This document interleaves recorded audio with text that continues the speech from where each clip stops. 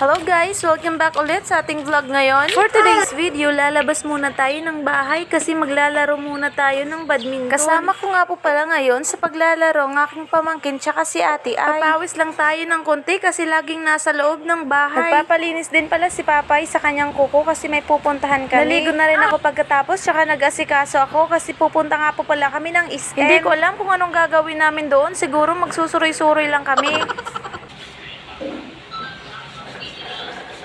Habang nag-aayos nga ako, hindi mapakali tong pamangkin ko. Sobrang kulit. Kinaluan ba naman ako na para na akong cowgirl? Pagkatapos nga naming magayos, umalis na kami. Kasama ko nga po pala si Ate Ay, tsaka yung pamangkin ko at si Papay. Naglakad lang pala kami papuntang sakayan ng jeep kasi malapit lang naman. Sumakay na nga kami nang dumating na yung jeep. Nang makarating na nga kami, parang naiignorante na naman ang dalagang bukid. Ay grabe yung smile ko, abot tayo nga. Hindi ko alam kung bakit. Siguro sobrang happy ko lang kasi nakarating na rin ako dito sa wakas. Pagpasok nga namin sa loob, napawaw talaga ako sa sobrang ganda. At may isa pa talaga akong hindi inaasahan ha. Sasakay pala kami dito. Hala, kabado 20 ako. As in, hindi ko talaga in-expect na sasakay kami dito. First time ko talagang makasakay neto kasi walang ganito sa bukid. Pero syempre, hindi lang natin pinahalata kaya feeling expert. Pagkalabas nga namin, hinanap na agad namin si ate kasi dito siya nagtatrabaho. At nang makita na nga namin si ate, pumunta nga muna kami doon sa pinagpipicturan.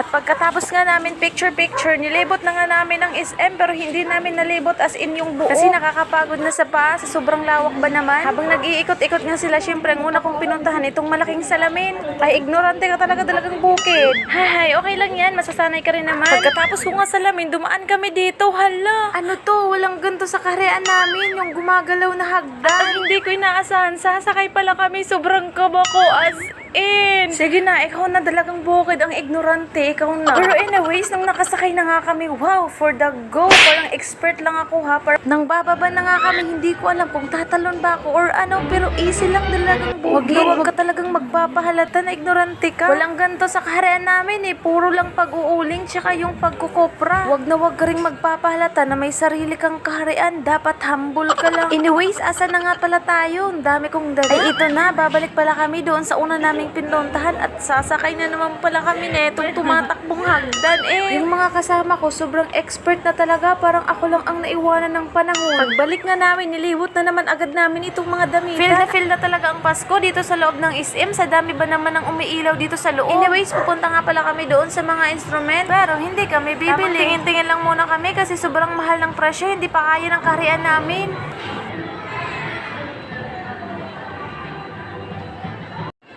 Habang iniikot-ikot ko nga yung camera sa loob, ay ayun, nakita ko yung sasakyan namin nakaparking dito sa loob.